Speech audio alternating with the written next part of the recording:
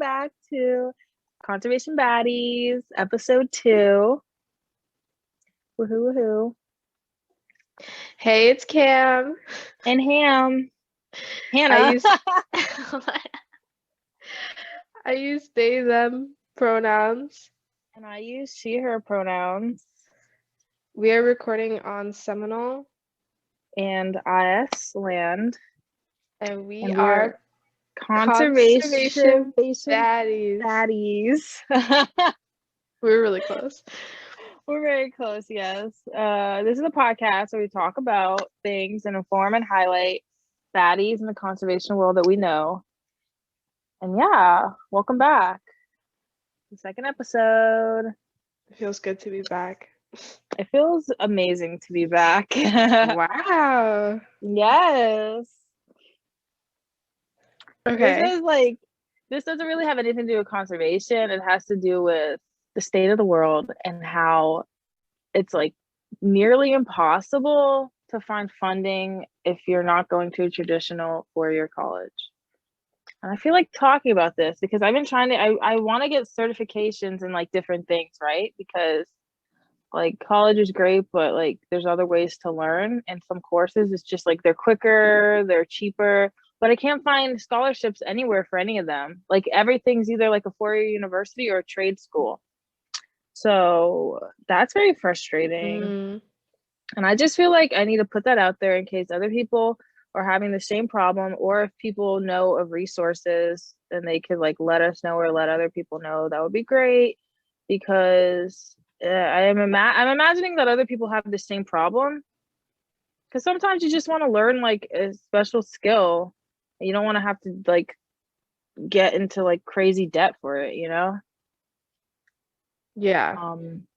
That's the only thing that I really, you know. I guess like, yeah, you need like a grant or something.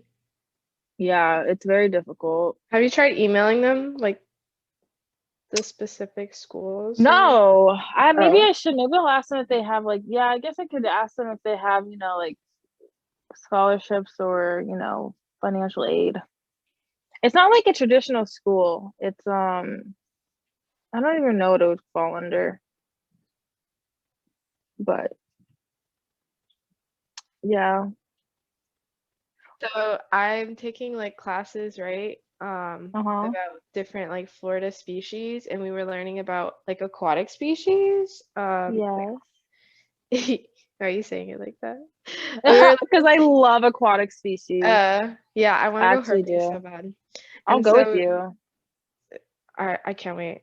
And we were learning about like mole salamanders. We were learning about different classes. And then I immediately thought I was seeing like, you know, that mole salamanders tend to have these like facial appendages like on their sides. Okay. So you know what I mean, right? Let me see. Like gills? Not gills, because when I asked, they're used for like walking sometimes or something like on their that. face? Yeah, I can't remember exactly. I should have taken better walk with notes, their face. But, I'm gonna put a picture in. But basically, I immediately thought of the axolotl, which there was like a trend a long time ago where people really love the axolotl and were obsessed with it. And so I was just looking it up to ask my teacher questions, and then I realized it came up. They're critically endangered. And I don't know if this is recent or what, but like everyone loves this animal. I have Is the picture that you sent, is that an axolotl or is that a mole salamander?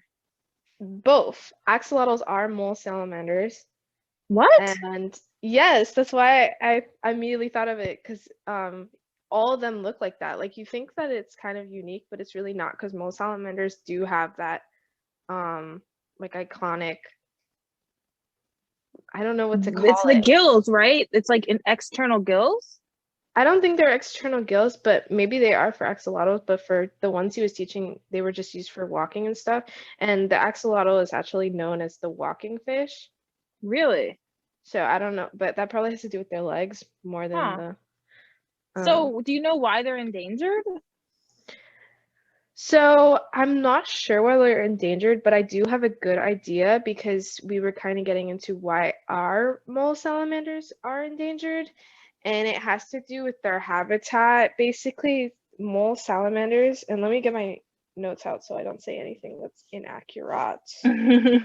Um, They're like in it's like canals and stuff, or like water that's kind of muddy and has like stuff in it, like right. darker water.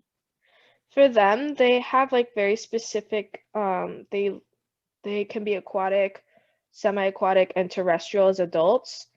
So they need to have access to all these different habitats. And obviously, like when you're having this When you fragmentation of the landscape oh and you're breaking up like corridors and especially for waterways, like they depend on waterways. So for mole salamanders, in my notes I wrote, they depend on ephemeral wetlands, which are just wetlands that periodically flood and dry out. oh okay. And yeah, so obviously our wetlands are endangered in Florida and in most of the world because we are encroaching on them, we're polluting them. Basically, we used to dredge up waterways, like dry them out for whatever reason. And actually, a lot of wetlands, people don't realize this, and I just learned this myself. Wetlands depend a lot on fire, and in Florida in general, Really? yeah, I know, right? Um, in Florida in general, we are a fire dependent landscape. So Mm-hmm. the fact that we cannot burn as often as we used to, and actually when we do burn, it's usually in the winter to make it more controllable. Those are not natural. Burning used to happen, at like different points of the year, not just one specific planned thing. So it's not a natural burn. And a lot of times when we burn, we also control where it goes. When Mm-hmm. it really used to go into the wetlands, into the forest, it used to spread everywhere. And so that's one Wow. reason why most likely they're getting endangered. I don't know about axolotl in specifically, but that's why most mole salamanders are endangered. That's really interesting. I That reminds me of when the Amazon was burning, and a lot of people were confused because it's like a rainforest, and Right. like you just wouldn't think it would burn because all the vegetation is wet and and so I that's really interesting. I Also very know. sad Save the because axolotl. save them. I didn't know that I didn't even think that their populations were like in decline or endangered, because I guess whenever I think of like endangered animals around here, I think of the ones that have to deal with urbanization right where they normally live. And no one's, well, I guess people are and historically have, like you said, dredged and damaged wetlands, but I didn't think about the fire part. Yeah, that's a key That's really part interesting. to upkeep Yeah. wetlands. Otherwise, they Oh, get taken over by trees and become a swamp yeah. and stuff like that. So, Oh, I like that. That was very interesting. Oh, okay. Well, I'll piggyback off of that and go to oh, why did I highlight that? And go to I think that the mole salamander could be considered a weird animal. I mean, I don't know too many facts about it, but I think it's weird but I'll looking. but I'll piggyback off of that and give my weird animal, which I don't really think is a weird animal. I just put it on here because it's one of my favorite animals, the swallowtail kite, which apparently is a very rare bird in North America, but it's like not super rare down here because they're everywhere, and I think they only really migrate when they migrate. I think they really only come to Florida and then maybe in Georgia a little bit. We were together when we saw one, right? Or no, was I with someone else? Did I see one with you? I don't think so. You did bring it up, but I also wanted to tell you I saw one after we talked about it because you were telling me it was an animal you admire, and I Yes. went bird watching and I saw it You saw it? Aren't really they far. beautiful? I didn't know what it was at first, but I saw like the unique shape, and then I looked it up, and it Yes. was a They swallowtail. are absolutely stunning to me. They're a kite species, so they're in the hawk falcon family. They're white and black, and they have their tail is forked, hence why they're called swallow-tailed kites, because their tails look like a swallow's tail, but they're a kite species. And let me see facts that I know about them that I was told throughout the years. They migrate from south, so they spend winters in South America, and they migrate to Florida from February to August, and that's when they nest. So they're nesting right now. And so I'm pretty sure they mate for life. Cute. I love when animals mate for life. Me too. The sandhill They're crane monogamous birds that breed once per year, usually around April. They spend their entire breeding season together. So it doesn't really say they mate for life, but they have a one mate. And I know that, so when they migrate together, and they like all come together, and they migrate in giant groups, probably like for safety reasons. And when they get to South America, I don't think they stay with their partner, but I know that when they come back, they nest in the same spot every year, so they'll meet up with their partner. So I know there's like there's worry that if we keep tearing down trees and stuff, or tear down their nesting area, they might not find their mate, and they won't be able to like breed that year, or it'll just be very sad for them. So it's very sad, but is that why they're rare? You said they were rare in like other No, they're parts. rare because they're rare in North America, because the only place in North America that they really go is Florida, and then maybe into Georgia a little bit, but they don't really go too high up into the States. So they're like rare out of North or maybe America. Because I don't know if they go to Mexico, but I know they're rare in America except for in Florida, because I see them all the time. Like, I'm pretty sure there's one that's nesting around our street, because we see it a lot. Oh my gosh. But the funny thing is, like, I never knew about them until I learned about them in 2016. And ever since then, I've just seen them every year. And I don't understand how before that I never realized, because they're so distinct, but I just never saw them. But now I do all the time. They're really awesome. They're really pretty. Oh, also, what I recently learned is that there's the website called Archie. We'll put a link. It's this research facility kind of in the middle of Florida, and they do research on different bird species. And one of the species they are looking at is a swallowtail kite, and they take citizen science data. So if you cite them, I think they're looking for any sightings, but they really want to know like nesting. If you see birds nesting. So yeah, that's my weird animal. Did you report it? I reported like 3 in one day, and I think, I'm probably gonna report more, and they might get annoyed by me, but because I saw like 10. I saw like 10 flying in the sky one day. That's the most I've ever seen. And they were like doing this weird thing where they would fly together and then circle. I don't know if they were like doing some like mating ritual or what, because I don't know. It was cool. It sounds like they were maybe hunting or something. But I don't know if they hunt together. I don't really know. Maybe. I was thinking that they might be like new adults, like maybe they were chicks last year and now they're looking for mates. But I don't really know. They didn't look like they were hunting, because they were pretty high up in the sky. They weren't very low. Oh.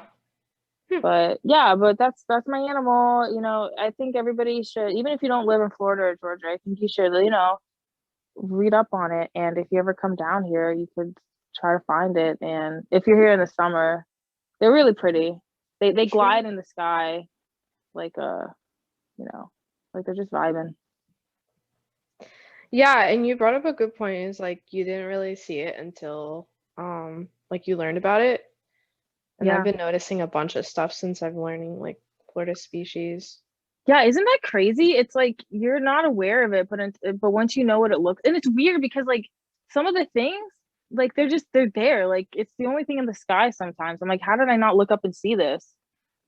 Same thing with like certain plant species. Like after I learned certain plant species, I just can't unsee them everywhere I go. Yeah, and you're so happy too, because you're like, oh my God, I know what that is. Yeah, I'm knowledgeable. I know things. I'll be a nerd any day. especially when it comes to plants and animals. I love them. That's true. Nerd Mhm. life.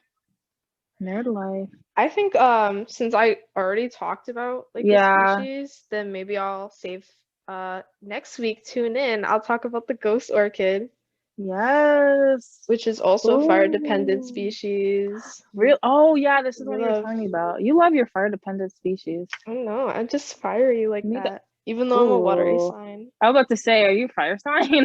No, I'm not. What's your sign? Cancer. Oh, I did know this. This is why we get along so well. I knew this. Wait, what's yours again? I'm a Pisces. Scorpios and Oh Cancers are yeah. my two most compatible Oh my signs. god. Yes, So cute. I know. I love it. Okay. Okay. I just have some facts about plastic that I found on National Geographic Oh yeah. Hit us with because those facts. as we all know, and I went to a reliable source. As we all know, pollution sucks, and we want it gone. And at least for me, one of the I guess I'd say one of the most common pollutions I see on the side of the road or like at the beach, sadly, is plastic, like water bottles, bags, anything that has plastic on it is. And I don't know if it's just because I notice it more, but it's just everywhere, it seems like. And especially with COVID happening, everything's one use, single use, because, everyone wants to be safer about getting the virus. So I thought because there's so much plastic around, like how much actually is there?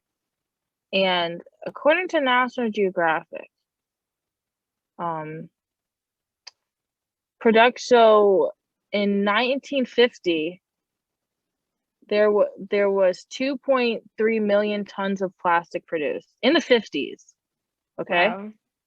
Okay. Mind you, in the 50s, they still had like safety razors. They still had like tin can, like they still had a lot of, like reusable things that they did and they use, right? Like our razors are made of plastic now and stuff like that. But back then Ooh, they had, you know what I mean? yeah. Huh? They were bougie.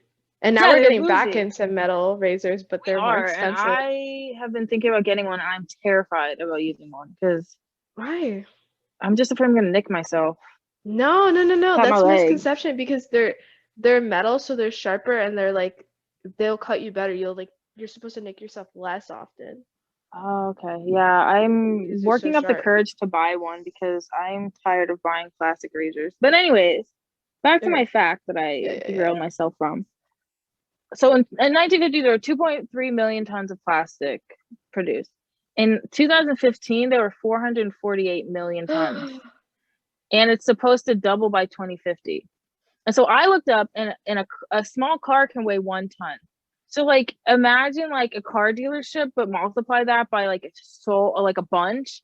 Just imagine like a giant like dump pile of plastic. That's like how much we're producing.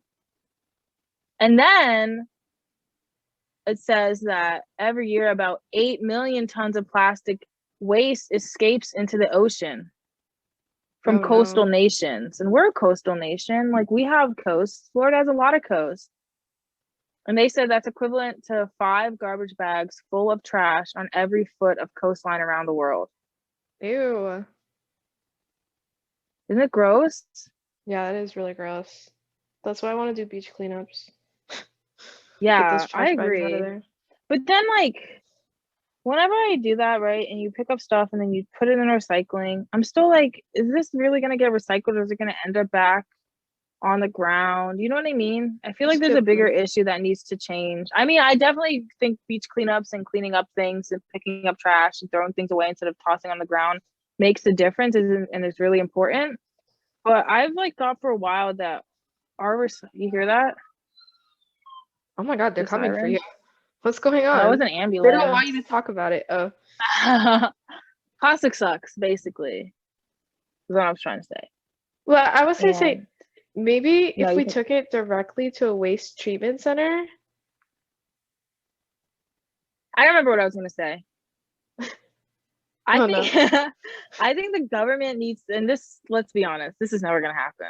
It might, but with a lot of lobbying and like people like tirelessly working, that I think that the government should like we need to fund recycling centers more and like either pay people or pay to get better machinery that can rinse and recycle our waste better than it is now. Because if you're telling me that you're waiting for a normal average working person who has all this other stuff, kids, job, all this other stuff to worry about, if you're waiting on them to recycle to rinse out their stuff and recycle it and make sure everything is a-okay, that's never going to happen. Like that's what they wait for.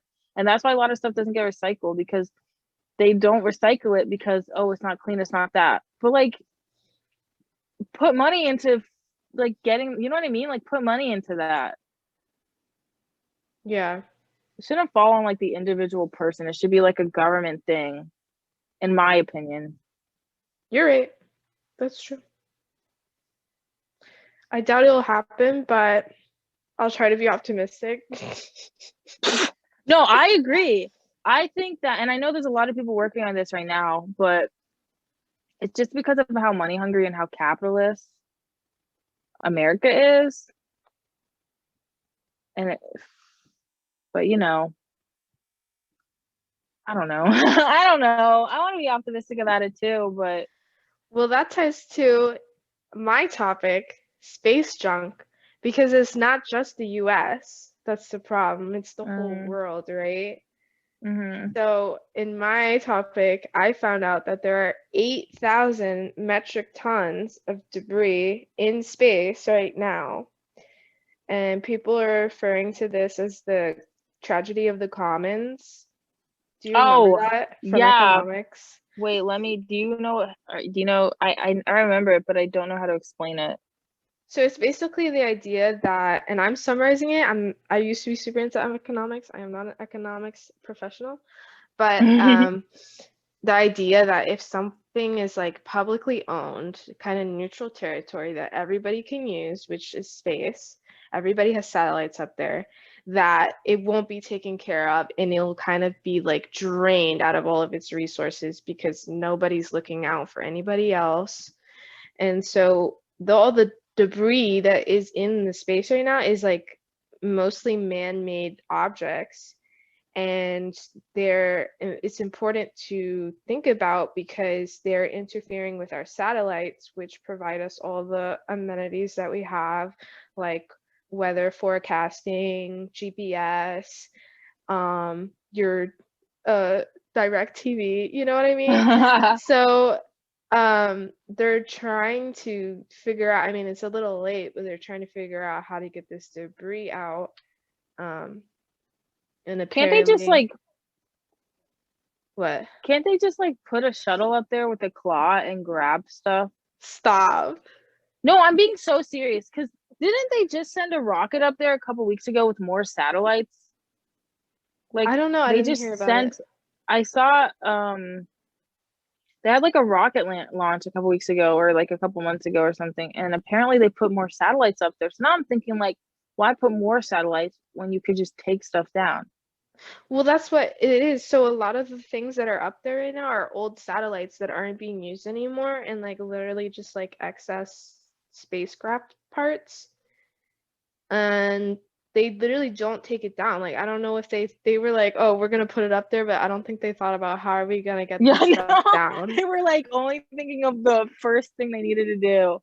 which is crazy because it's like you would think NASA would be a little smarter to think longer term. I don't want to judge because I'm not fully like knowledgeable, but that's what it sounds like to me. Like they just didn't think that it would matter. That I makes don't know. sense though, because I mean, think about like even like the Industrial Revolution and a lot of different things. People started because they're like, look, this is going to improve stuff, but they don't think of the impact or how it might at least back then, like when they first started doing all this stuff, they probably didn't think like, oh, this might crash into Earth's atmosphere someday. Right.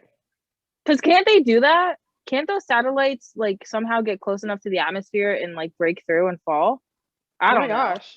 I I didn't feel know like I've about heard that. that somewhere, but I don't fully know. I'm gonna look it Yes. up. I mean, there's a lot of issues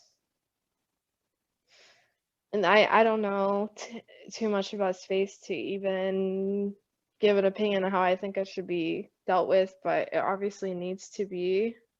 I think that I think it's messed up and it's very scary. I think that if they keep it only around Earth, it's better because they better not go around polluting other planet atmospheres or space perimeters. Yeah. Well, some people are saying like this is gonna prevent us from like leaving Earth because it'll Oh, just be in our way. And I'm like, good. I want us to stay here and just have like one ruined planet I don't with want us to go into millions. Mars and some other planet. No, we ruined this. We need to sit here and deal with like we gotta sit in this. It sucks, but listen, like Yeah, it would we be can't just motivating. abandon Like, ship. I found on NASA's um they have like a little website and they have a little website. It looked like stop. a kid's like it looked like a kid interactive website. That's why I said that. It said two things can happen to old satellites. For the closer satellites, engineers will use its last bit of fuel to slow it down so it will fall out of orbit and burn up in the atmosphere. So I guess it burns up and disintegrates before it hits Oh, the that's good. ground. And then it says that further satellites, yeah, it's better than the other thing I was thinking of. Further satellites are instead sent even farther away from Earth. So they're not listening to what I asked them to do, Wait, and they're pushing them away from Earth why aren't they listening to you? That's crazy. because I guess I don't have an engineering degree. We need you in the room from now on. I'm gonna be like, objection. Bring that satellite home. Let's put it in a Oh, museum. We love that's museums. true. I would love to see a People love satellite. museums. Yeah, I would Yeah. love to see a satellite that's in its space. I would touch it even if the sign said do not touch. Oh my God, Touch that space Hannah. dust. Touch that space dust. What if it has like do do space stuff have radiation? Actually, I remember when, do you remember when those astronauts came back to Earth several months ago? Why do I know all about this? Yeah, and they had extra arms and extra legs. Yeah. They were aliens. Aliens took them and were yeah. No, Oh but my God. no, but it took them forever to open the capsule because I don't know if it was radiation, but it was something to do with the heat Ah, and like chemicals or something that might have been near the door. They heat were very makes sense. careful. So I think there's like some kind of chemical reaction once that stuff hits the atmosphere and it's like heated up. Hmm. Because I think it might be a little dangerous to just. I mean, but I'm assuming they put it in a museum. It's okay. Yeah, well, it's probably behind glass. Oh, you think? Not just a rope? No, I don't think It's for the so. best. That's for the Yeah. best because I would Well, you definitely said you'd touch touch it. it. They might So, actually have a satellite already in a museum. I've I'll never look it been up. to the Kennedy Space Center in I have Orlando. been, you know what? I've been to the museum, the Smithsonian in Washington D.C. because they have that huge space Oh, thing, but I don't remember if they had I any. went there They had too, like and space stuff, but I don't think. they had an airplane, right? No. Yeah, they had like airplanes and they had a fake like what is it called? I almost said UFO. Like Did you spaceship. did you hear about those UFO sightings? What? Oh my Like gosh. recent? Yes, and they're like legit things like little weird drone looking things going underwater and then popping back up and like multiplying into two. Ew, what? Yeah. I I don't mean, know. I'm just saying. I mean, I believe that there's other life all over the universe because it's huge and there's no way that we're the only things. I mean, I don't know if these are just people like CGIing stuff, but Yeah. Well, aliens are definitely real, yeah. but I'm not sure if they're like they have brains. They might just work in a different way. Like we don't even You know what know. I wish? I really hope that there's a universe out there that's just cats. And Me, and I the want to be cats, reborn. yeah, and then you have a cat. It's like an alternate universe, and there's a cat that's you in their universe. Oh my God. Sorry, we had technical difficulties. Oh, gotcha. Let's get Okay. back to it. Okay. Okay, yeah, we were way off topic anyways. I was talking about alternate universes with cats. That's not Yeah, at yeah, all yeah, yeah, yeah. anything about what we were supposed to be talking about. Okay. So, what can we do to counteract all this bad junk in the atmosphere, in our oceans? Well, I have an idea. What is that idea? I would like to highlight a company that I recently found out about called Blue Land.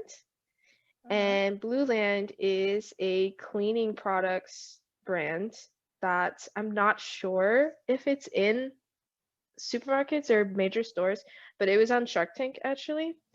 And the reason why it's so innovative is because they have reusable bottles that they put their cleaning products in, and when you need to refill it, all you need is a tablet and some water, and you have the product all over again. And this was actually started by a mom, which is cool, and her That's name awesome. is Sarah Paiju, who started this because she realized how much she was using like water and plastics, single-use plastics in her life as a mom. And she was like, took the time to reevaluate and say, I need to be using less of these resources. And so I think that her idea is really awesome, and it's a good start into the opposite of greenwashing, hopefully, where companies actually take into consideration. She's the CEO of Yes. impact on the environment. So That's awesome. I actually want to look into them and possibly buy some. yes, let's do it. Let's do it. Oh yeah, eco-friendly cleaning products. I'm That's gonna awesome. look her up on that thing. Free shipping on over $35 and free returns. You can Hey, get me that's with a not free bad. return because I don't like paying for my returns in the mail. Oh yeah. I'm so petty. I'll be like, okay, then I'm not returning it. I'll sell it online. Oh my gosh, make that profit. Exactly. That's really awesome. Okay, okay. Yeah. Oh, I seen in Vogue. Oh, she was in Vogue. Nice. Well, my undercover hero for the week is Platform Magazine, which I think was started by Sam Bauer. He's the editor in chief, I believe. So I could be wrong, but I'm pretty sure he's the person who started it. The website doesn't really say, but anyways, it's an online magazine, and they have a blog and other stuff that I sometimes, shameless plug, I've written a couple articles for them, no big deal. And it They were really isn't any amazing. I big read deal. them. Oh, thank you. I love writing. It's really weird. It's a weird hobby.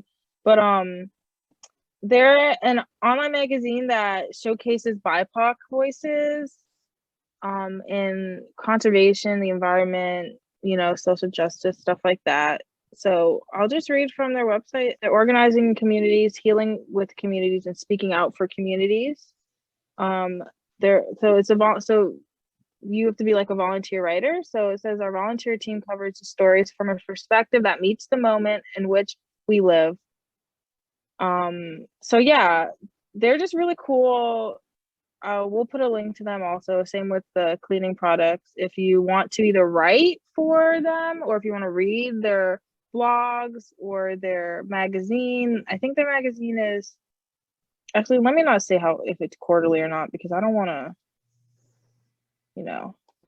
put out false information, but they're currently taking, what's the word? Pitches, requests for writing for their fifth issue. What? Submissions. Submissions, yeah, thank you. Submissions for their fifth issue. So if you want to go on their website and check it out, I highly recommend. They're really awesome. You get a broad sense of community and other people's communities and what's going on in the world. And it's really cool and it's educating. It'll educate you a lot on different things. So I highly recommend it. Their website's really cool. That's my undercover hero because they're doing a lot of great good with educating people. And I think they shouted us out, right? They did shout us out, which is not why I'm doing this. It's not, but it's super cool I'm because it's oh like sorry. right away they were supportive, so. Extremely, like right on the get-go, which I really appreciate. It just goes to show like the conservation BIPOC community is one of the most supportive communities I've ever been a part of. Oh. I can meet someone one time and like they have my back. I can't put into words how much I feel about BIPOC and conservation. I will support them till the day I die, and I know they'll support me and have my back. It's like you don't even have to know someone personally, but it's like, oh, you're not a white male and you're into conservation. Hell yeah. Actually, I don't know why I said that. No, that makes sense. Like also I'm not hating. I'm just saying it's this I weird am like eating. No, I'm just it's this weird like it's just this like support. It's I don't know, it's an awesome community to be a part of. If it wasn't for that, I wouldn't be in conservation still. I think I would have gotten out. It's because it's a very, it's a very male dominated, white dominated field. You get asked all the time, like, how'd you get into it? Oh, black people like the environment. Oh, you're a girl, you can't do blah blah blah. You get like people say racist things to you. It's very like toxic. And without other people who are going through the same thing, it like makes it easier to know that there's other people there that have the same stories and like can support you and keep you going, Yeah, definitely. Yeah. I forgot what I was. I'm sorry. I just ranted about stuff. No, that makes sense. I'm Like very passionate. I'm very passionate. I was gonna say that's the reason why I quit like engineering day one. You were Did I gonna tell be you an a story? engineer? I was gonna be an environmental engineer. What? Yeah. I was signed up. So like when I applied to UF, that was my major. And the first day we're like shown around to all our like classrooms, I guess. I don't know. Like buildings. And I remember like we had like time afterwards to go to a club or something, club meeting. And I went to the women's engineering club or something. Oh no. And I went there and it was such weird vibes. And then I was like, well, just the fact that we like need this extra support group in here is kind of ridiculous. And I left. I was like uncomfortable and I changed my major the same day. Wow. That's like That's how no, important seriously. it is to Yeah, feel how that's how supported. important a space is and feeling like you're represented and welcomed and comfortable in a space. And I don't think people who don't understand that or haven't been through it, they don't understand that. Exactly. That's the same thing we've talked about, like applying for jobs and looking at who already works there and being like, no, I'm not gonna work there if it's only like white men. Yeah, Or exactly. if I there's only always like look it up. one person of color or something. I'm just like, that's a little sketch. Like, why don't you hire more people who look different? Like, you should have an array of different people. But anyways, getting off topic again. So, yeah, I was gonna say it is a little of a heavy topic, but we're gonna move on Yes, that is our life to, though. yeah, it's ups and downs, just join Oh us for the yeah. ride. But the main point is that we have a support system in the BIPOC conservation or BIPOC STEM community. It's amazing. And Absolutely. if you're in STEM or if you're just if you're in STEM or something similar and you're BIPOC, there's a community out there for you. If you go and look for groups or clubs around you, I'm pretty sure you'll find something and people will more than likely welcome you with open arms and you'll feel awesome and supported. So it's heavy, but it's good. Yeah, definitely. Did we already shout out? I can't remember. The last episode was so long ago, but did we shout out like 500 women scientists, I 500 don't think we queer did. scientists? I Well, don't, that oh, exists. it exists. We'll put a link. Yeah. And you can always look it up and like there's so many.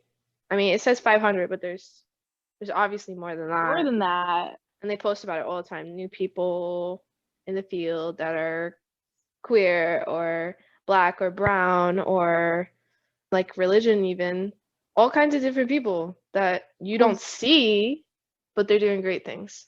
They're doing great things, and they are out there in conservation, despite what people would like to say.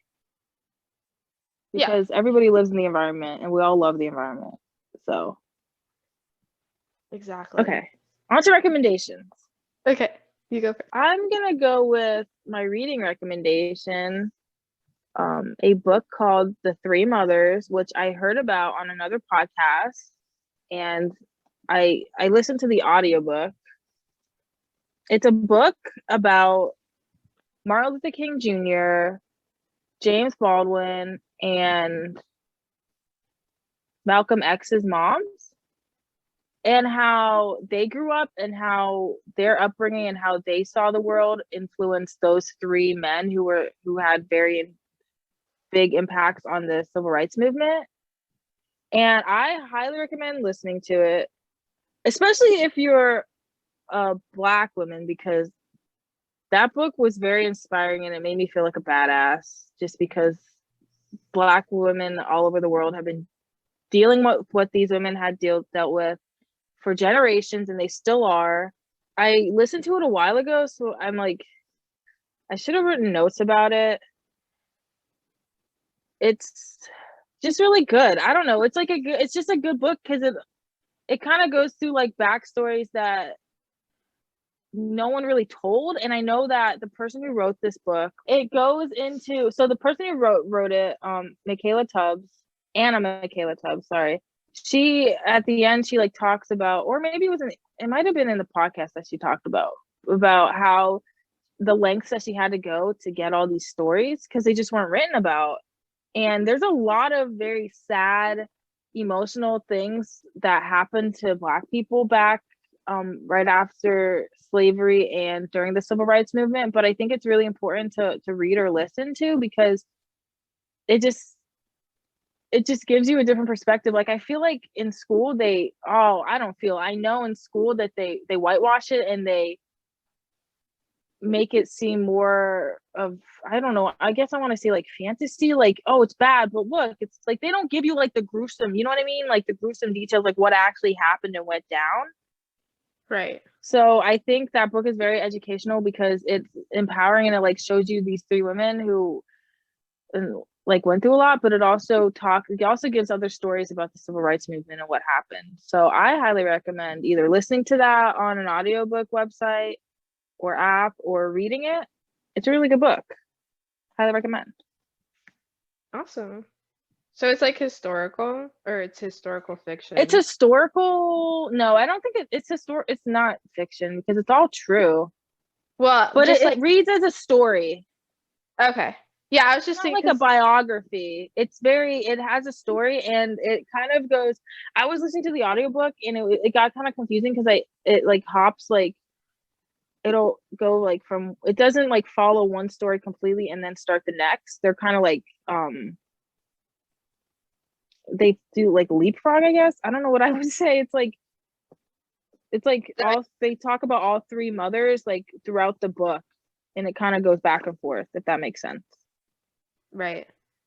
I was just thinking because like for Compton Cowboys, and for example, like they had such a good book. Like it was real people, but it was like the characters were ties to something like that. Oh, like, wait. Okay. I was actually confused about that because I also listened to that book. And I was wondering, because I know it was a journalist who like followed them around and wrote their stories, but so the characters were like fictionalized? Some of them are real, and I think like just like to make it more of like a book, like read like a everything was true about the characters, but like everything about the Compton Cowboys was true. I got you. So I just it's one of those. It's not really like that. That book was good though. I'm glad you recommended that book. Yeah, I'm gonna listen to this. Yeah, I recommend it. It's really good. Oh, my list. I'll go along with the theme because it's not really, but It's a recommendation. That's the theme. Yeah, I'm gonna recommend a book too, audiobook, because I'm about that life. Yes. I'm recommending The Henna Artist by Alka Joshi. Okay.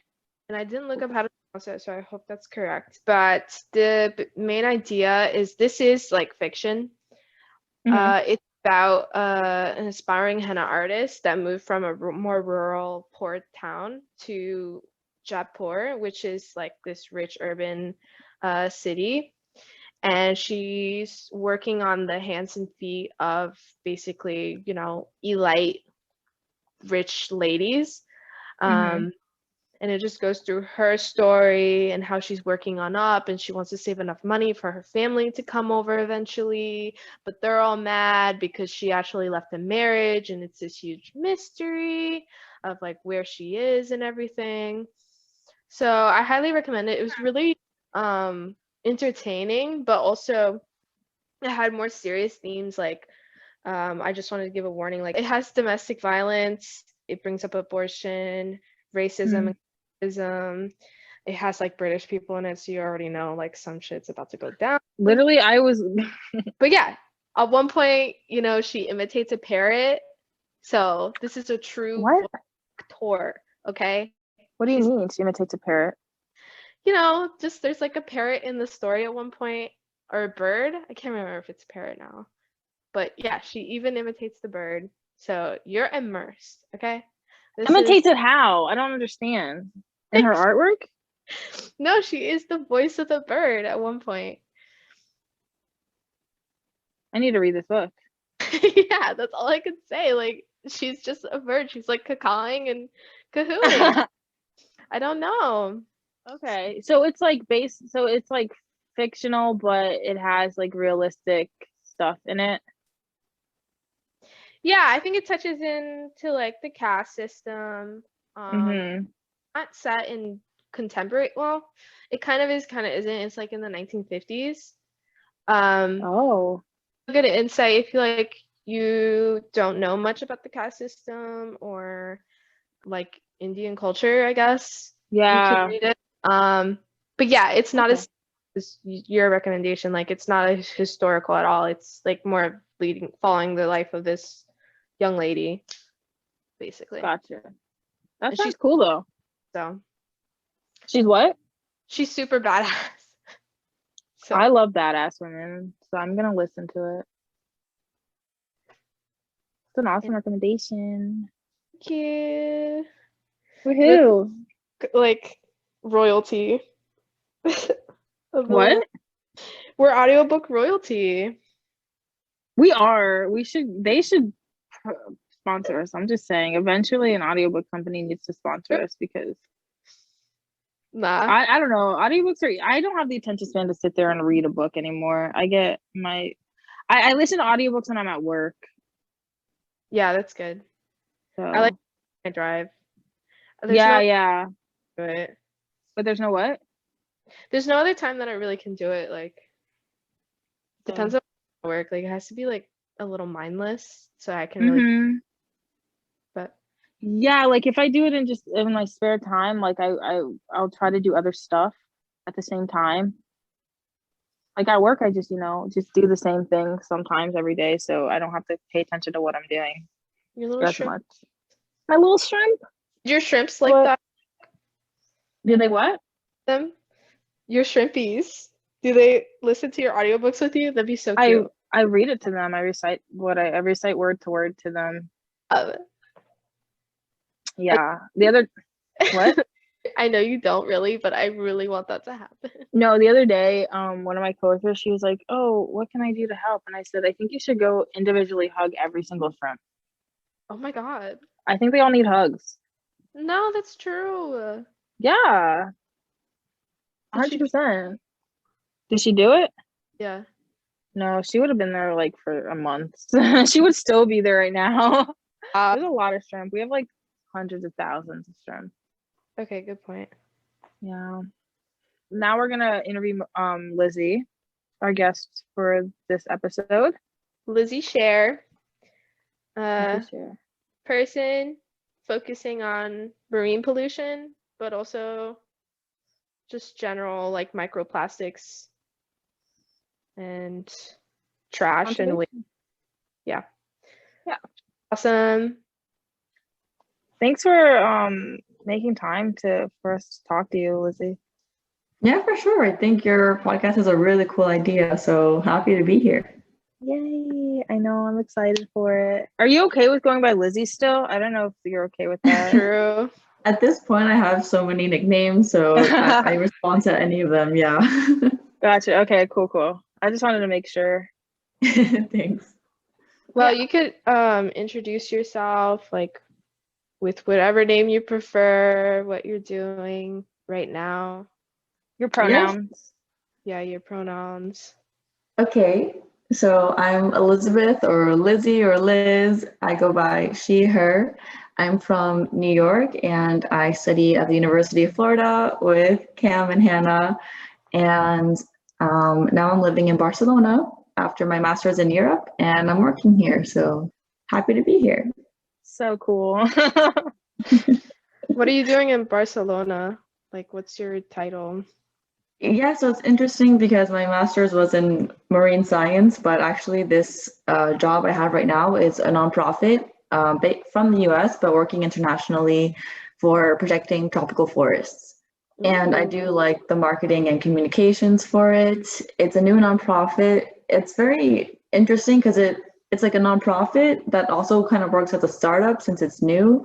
And at the same time, like a way and as a business, since we're this intermediary between tropical forest countries and companies, and essentially we're like mobilizing finance to invest in protecting nature with like the governments of tropical forest countries.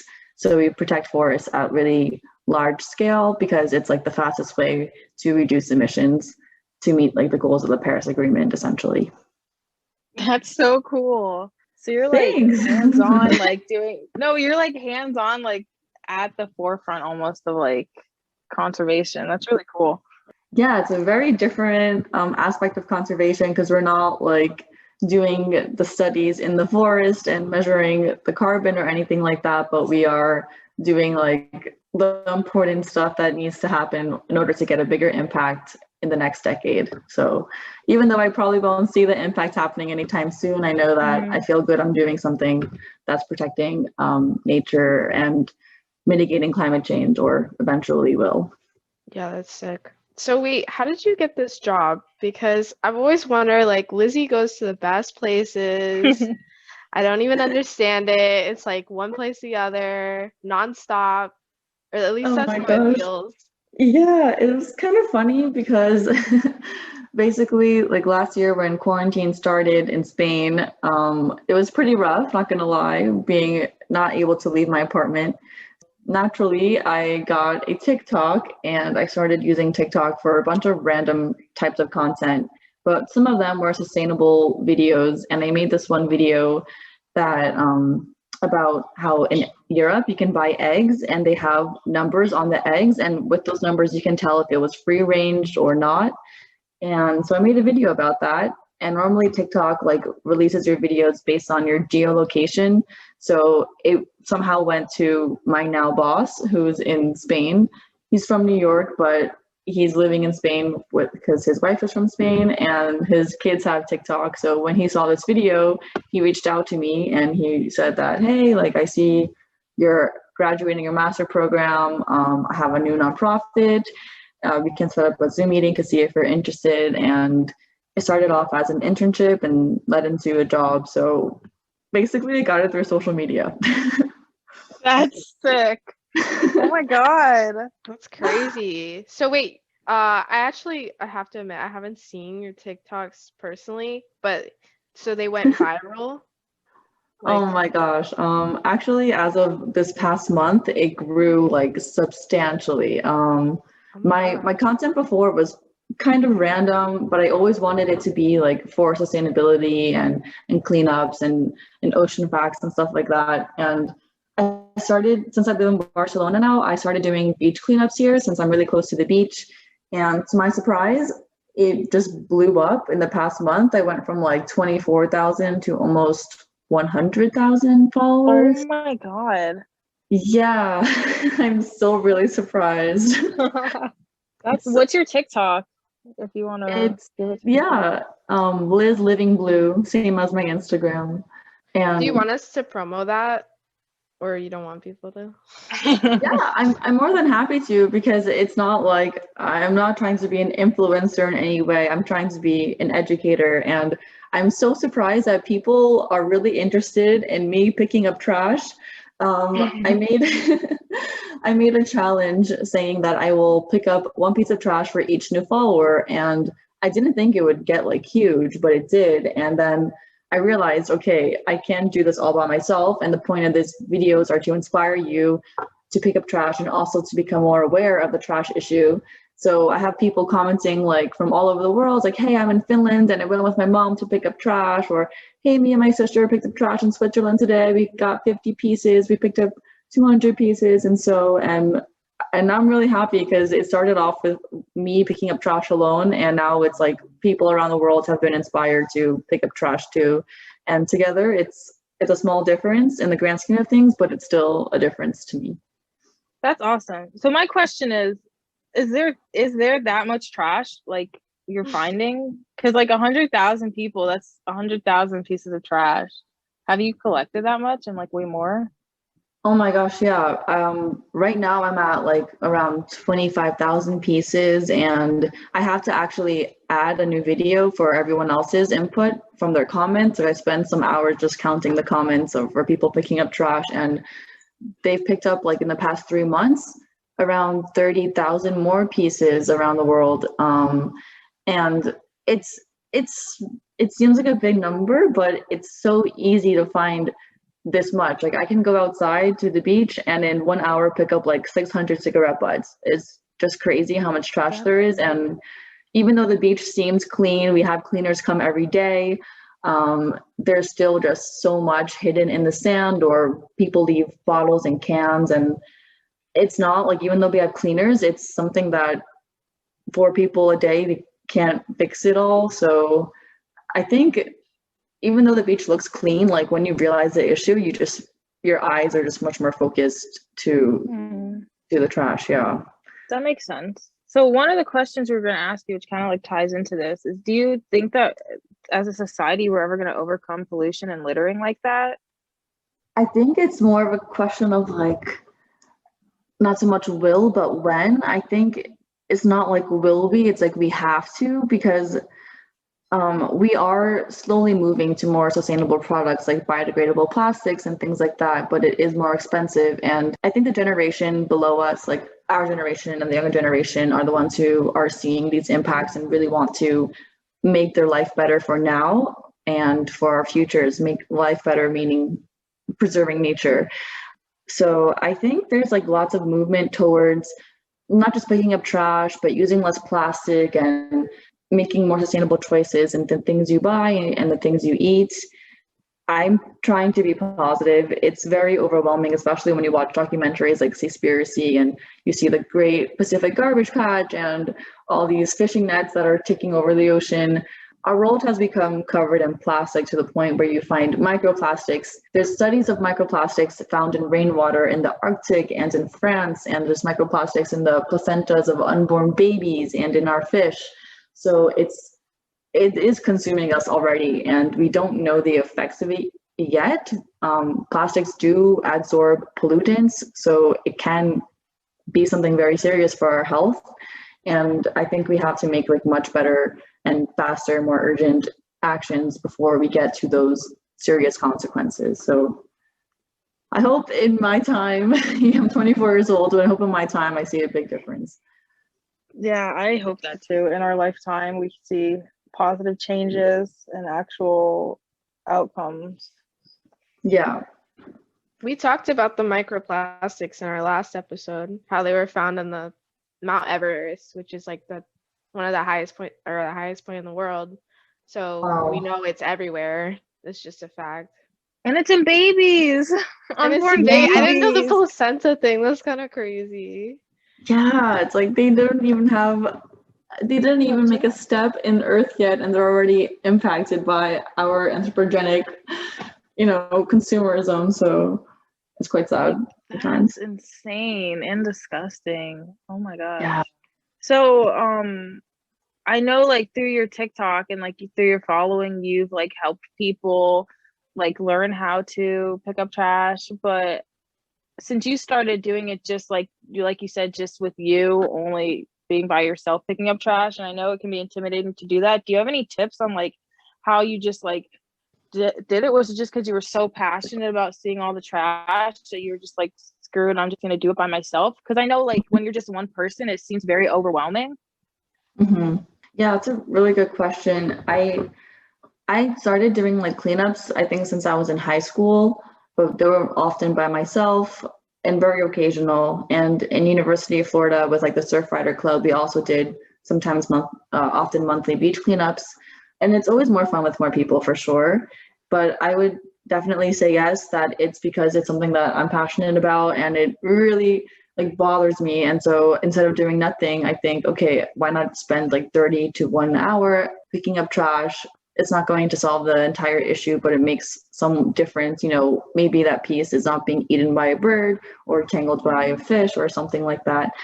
And for people who want to start this, I think it's totally normal to first feel intimidated because you are voluntarily going to pick up other people's trash. But I like to tell myself, it's not our trash, but it's our home.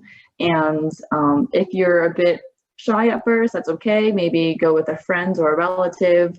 It's always helpful to go early in the morning to the beach or to the parks before it gets too crowded around lunchtime with people, or even if you go like on a nature trail where it's more quiet and it's just you and nature and you're picking up trash and you leave and you feel really good that you collected all of that garbage from like entering our ecosystem. So you do feel really good after. And if you want, I think it's also really motivating to post on social media to influence, but also to get positive feedback. I mean, you're doing something good. People are going to keep on encouraging you. And that motivation is what honestly helps me keep going too.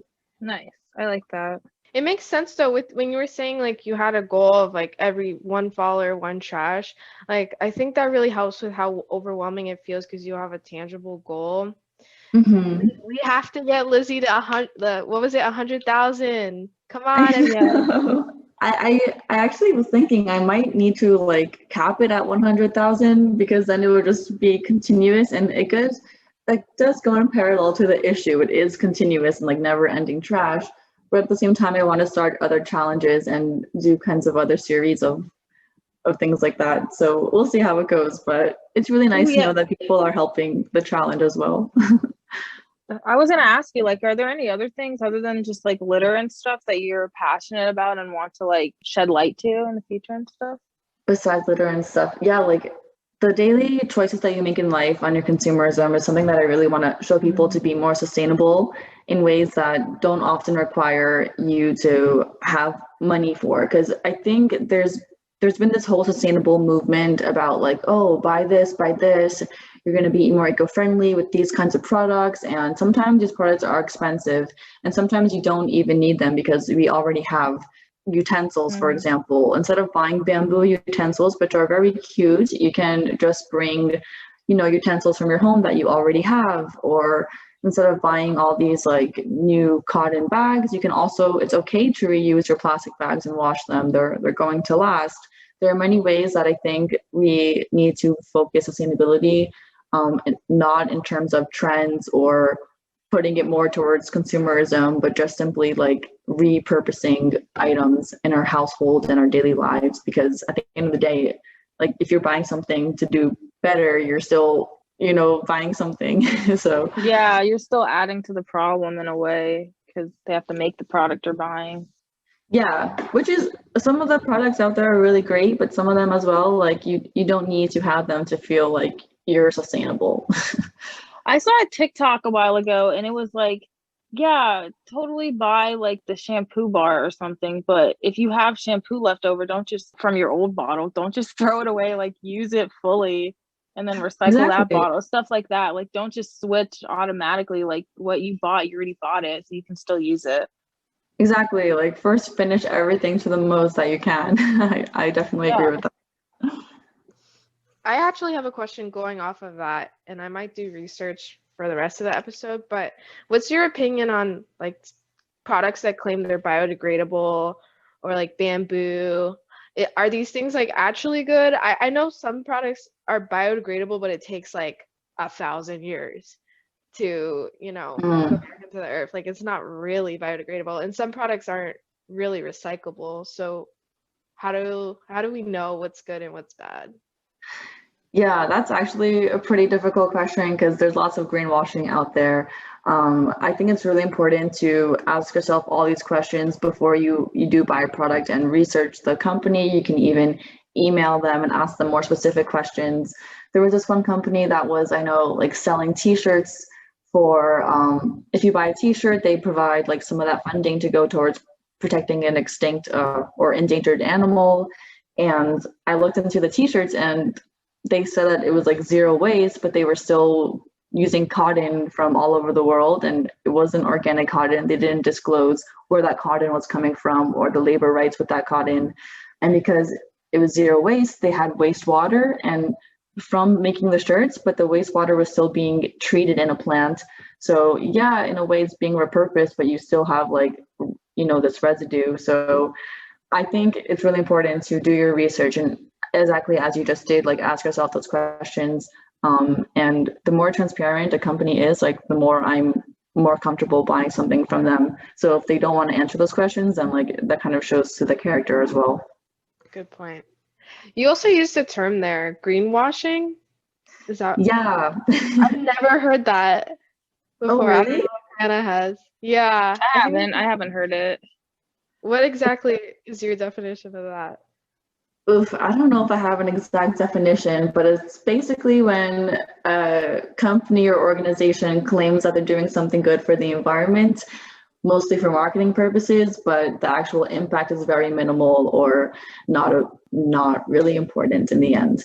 So there's some companies who are going net zero, meaning that all the emissions that they produce, they're going to either offset those emissions in different ways. You can, like, for example, with my nonprofit, you can protect forests and invest money towards that protection. And because forests absorb carbon dioxide, over the years, you're reducing emissions from the environment by protecting forests.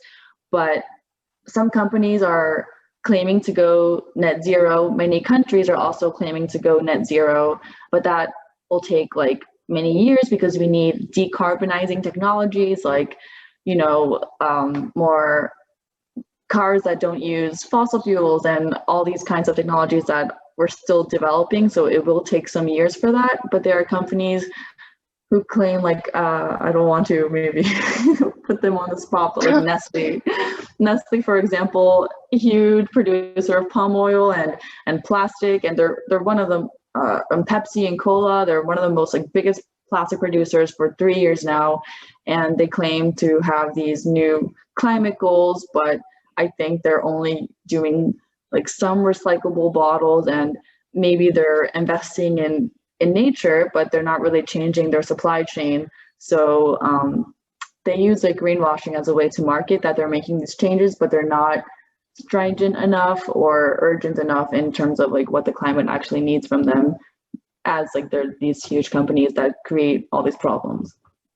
So is there like a website or something that you, or how do you do your research with finding out if companies are actually greenwashing or if they're actually making the difference that they say they're trying to make? Yeah, I think it definitely depends on the news sources. I like to try to be like as unbiased as possible by looking at reading articles that would say a company is doing really well by committing to a climate goal, but then other articles saying like, okay, they're committing to this goal, but they're not implementing any of these factors, or they're not transparent about how they're going to get there. So I think it's important to read like both sides to get a better idea. And I'm very happy that we're in this transition where companies are being pressured to have these net zero and other carbon reducing goals. But at the same time, some of them are just like not urgent enough. I mean, the goal of the Paris Agreement is to reduce warming by 1.5 degrees Celsius. And for that, we need by 2030. And for that, we need like extreme changes. And we just can't keep pushing nature to the side as we have been. Yeah. I have a website or an app. I don't know if you've used it before, but it's called Good On You. I never heard of it. Oh my gosh, really? I found it the other day, and to be honest, it wasn't about conservation. It's more about like labor and ethics, which ties in with conservation. But it rates it based on a bunch of different stuff, like animal cruelty, unionizing, their treatment of workers. Oh, So all this cool. different stuff, reusable, like fabrics, or not reusable, but you know, like sustainable fabrics. Because like fashion is one of the, I don't know. To me, fashion is one of the biggest issues when it Yes, comes to like sure. wastefulness. And so I've tried to use it to like stay away from like, it's so hard because I want to stay away from like Shein and all these cheap sites because I honestly cannot find clothing that I could afford that is also good for the Mm-hmm. environment and like more local than a factory. But Mm-hmm. Yeah, even some of on TikTok, even some of the people who like do the whole thrifting online, they put the pieces for sale for so expensive. And I'm like, I know this would be good or better because it's like repurposed, but it's just so expensive. Yeah, that's a big shame, but at the same time, if they're a small company and you're like an individual person doing this, then like that's how you make money. So I think the most sustainable way to buy clothes is to go to a thrift shop yourself and Hmm. like you're buying secondhand clothes, which are often really cute too. I mean, old fashion is always like coming back. So I really like going to thrift shops, or even it's really fun to do kind of like a thrift shop with your friends, like do a spring or winter cleaning in your closet and meet up together and just like share whatever you want to give away. Maybe you can exchange clothes and the rest you can donate as well. Oh, I like that. Like a I like fun that idea. a lot. That's a really cool idea. It's like a clothing party. Yeah, you can have some food, some fashion show. And actually, the app that Cam was talking about reminded me of one that I use sometimes called Bead the Microbead. And you can use it for like makeup products, bathroom products, and you just like scan, you take the application and you take a picture that scans all the ingredients and it tells you if any of those ingredients are microplastics because some of them are often hidden names or names that none of us would like understand unless you maybe studied like chemistry and microplastics. So it tells that's you what items have plastics in them. And I even tried it on one of my blushes, and I was so surprised that like a blush has microplastic in it. Are you So serious? yeah, I don't know why, but Why? For what reason would they need to put that in there? I mean, exactly. Like oh my gosh. I'm freaking out now. Everywhere. It's I everywhere. know. We can't escape it. Well, Hannah and Oh, I we were can. But we can. Sorry. we talked about how like there's microplastics even like in plastic bottles, which we all have known for so long that no one Yeah. should use plastic bottles. But yeah, we're literally drinking and eating this all the time, like you already said. So now and to know that I'm purposely putting it like directly on my face is really scary. Like I don't know I know, right? how much Yeah. of it is in my makeup. I'm gonna check right after this call. Yeah. I recommend it. Oh my gosh. I can't believe it's in the blush. I That's know. crazy. Really don't get why. I mean, maybe it's like to make it more compact. I have no idea because you can make blush perfectly fine without it. That's for sure. Yeah, I'm wondering like if you know like what are microplastics used for that they would be in a makeup product.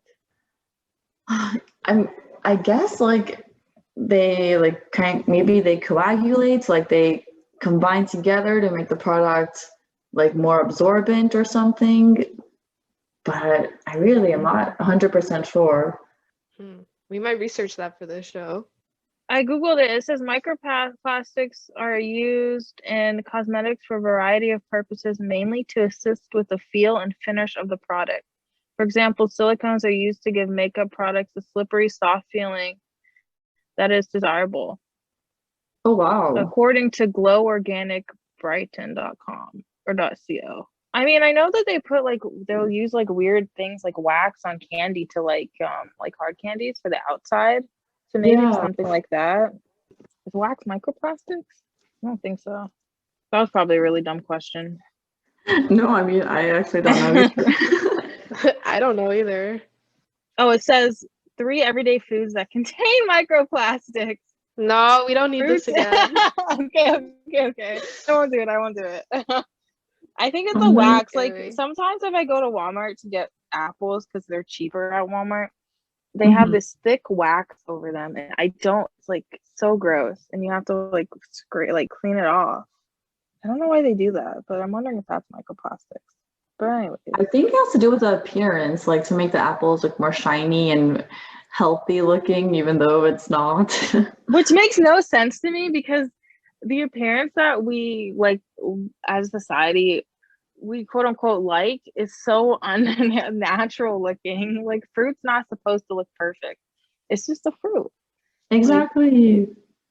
I'm just going to some supermarkets, you see so much produce covered in plastic too, like individually wrapped, like clementines even. I've seen the craziest stuff, and it's so strange because nature created fruits with protective skins for a reason. Like it doesn't need plastic over it.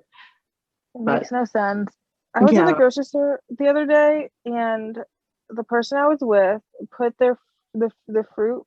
I'm not saying the name because I don't want this person to get mad at me if they hear this, but they put their fruit in the plastic bag, and I was like, "You don't need that." And they're like, "How else am I supposed to carry it?" And I said, "Just hold it in your hand.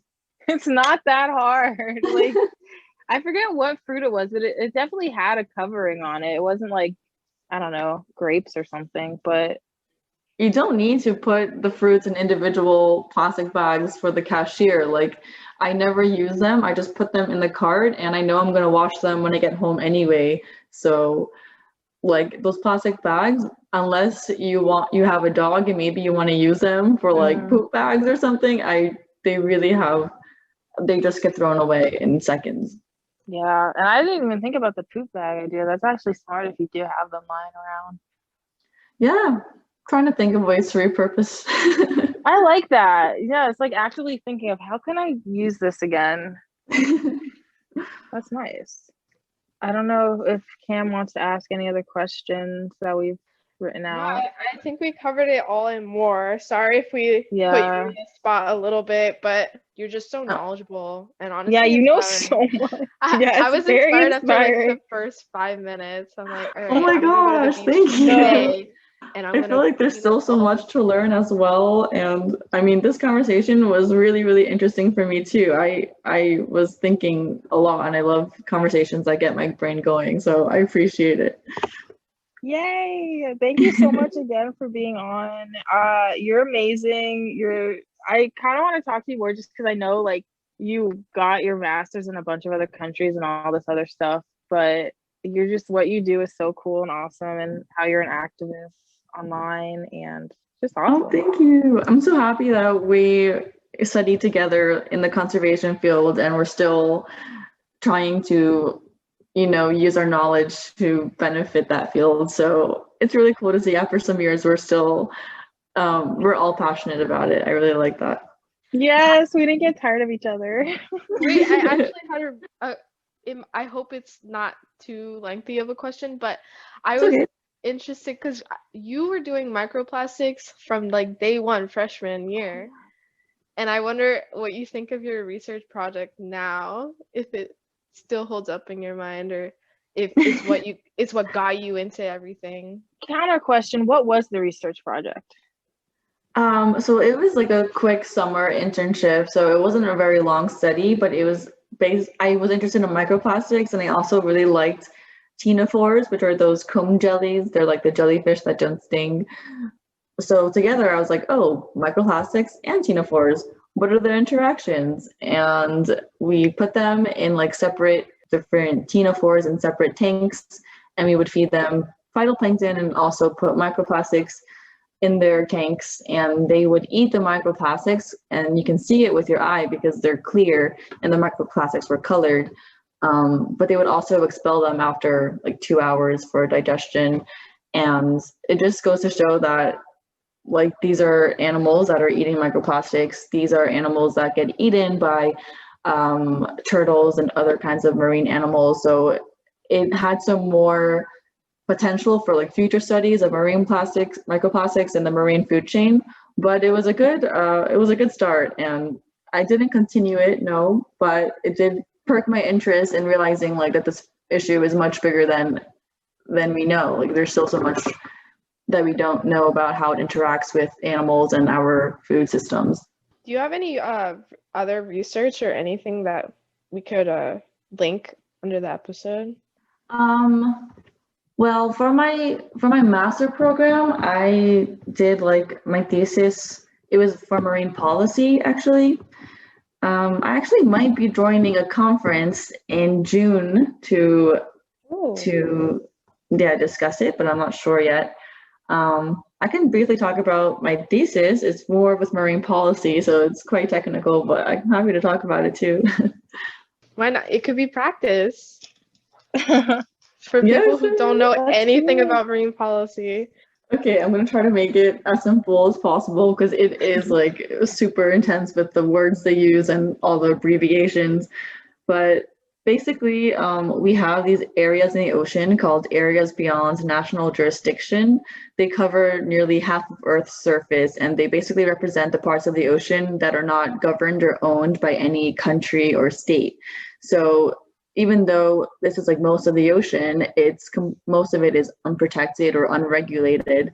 So the UN General Assembly is creating this kind of new treaty called the International Legally Binding Instrument that can help regulate the marine resources to improve marine biodiversity and like support conservation in these areas.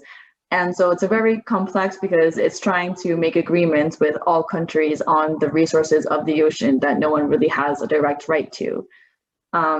So within like that treaty, they're trying to create a scientific body that would basically implement like the science and what needs to be done, the criteria, how the scientific body should be composed of, like, you know, the female to male ratio, the diversity. Like I studied all different kinds of marine organizations and their scientific committees or bodies to get a better idea of what is needed for this kind of huge UN treaty. So it was really interesting because it involves a lot of like social aspects and what needs to be done in science, like increasing diversity and different knowledge and like backgrounds for understanding like the resources of the ocean, but also making sure that it's representative geographically. It's not just focusing on like rich countries. It is incorporating people from all kinds of countries because like small island developing states often don't have a loud voice in marine governance, and they have lots of resources that people like to use for medicines and such in their oceans. So we have a lot to learn from each other, and it was pretty complex, but it was really interesting as well. I did this thesis during quarantine. Luckily, I didn't need a lab or anything, so I didn't have any issues with that, but it was lots of reading about marine policy for sure. So yeah, I hope that made somewhat sense. It made sense to me. It sounds very interesting. And yeah, I could see how that would be very complicated. Yeah, they're still implementing this treaty. I think it was supposed to be done in 2020, but because of COVID and stuff, it keeps on being pushed back.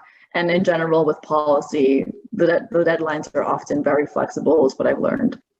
But I really encourage, like, if anyone wants to get a master degree and you maybe want to go outside of your comfort zone and go to different countries, I really do encourage people listening to this to look into the Erasmus Mundus joint master degree programs. Basically, like, Europe has this kind of platform where if you can have a 2-year master degree program in many different fields. Like, I did marine science, but there's many different kinds of fields in conservation and outside of conservation, where you study in 3 countries and you switch every semester, and you're with students from all over the world. So it's a really unique experience. And from the United States, it's also much cheaper, or you can get a scholarship. So what's it called again? It's called like Erasmus. It's ERASMUS, Mundus, MUNDUS, joint master degree program. And yeah, they're often 2 years. You go to different countries, and the point of it, like it's funded by the European Union to have people from around the world better understand like European culture and get more integrated. Maybe you can be like me and end up wanting to stay here and work here. So yeah, it's a really cool experience. Yeah, that when I like heard about it from you and like saw all the places you were going on social media, I was like, that's really cool. Also, it must be great not having to live in the US right now. Oh my gosh, it was great. I was watching some of those like right. Oh my god, it was crazy. Yeah, it's crazy sometimes. But Spain specifically has had 2 lockdowns. Yeah, at the same time, we've had some pretty difficult like quarantine situations. So there's pros and cons. Yeah, but at least they locked down. I mean, we never Yeah, did. somewhat. Yeah. Thank you so much for your time, and Yes, I'm thanks. excited. I'm gonna do the Joy Master degree. Yeah, I really seriously apply. It's so cool. Like, I mean, right now with COVID, it's probably difficult. I know some people are having much different experiences than I've had, but overall, like, you really do learn so much more about other people and their cultures and what their lives were like before the program from Asia or Australia or South America. I mean, my knowledge of like Europe before coming was super minimal, so I learned a lot, to say the least. That's awesome. I'm glad you liked it. I'm glad you're liking your job and where you're living and everything right now. Thanks. I'm happy too. It's not what I expected at all, but I think I'm happy where it's going. I definitely want to like go to the marine field again at some point, but for now, I think it's like perfect for me. Just going with the flow of life. So yeah. Like the ocean. Like the ocean. Well, thanks again, Lizzie. Thanks so much, Hannah and Kale. I'm looking forward to it and watching your other interviews. It's a really cool idea, and I love the name too, Conservation Baddies. Yes, and you're a conservation and baddie, you're a TikTok baddie. Oh my gosh. I'll put it on my LinkedIn. Yes. Oh yeah, do you want us to put your LinkedIn? Oh sure, We'll yeah. hook you up. We'll put everything. You can do all the above. Why not? Okay. All right. I'll be rooting for you. I'll be rooting for all you the way as well. from Florida. Yes. Oh, thanks, guys. Thank you for listening to episode 2. Stash that trash.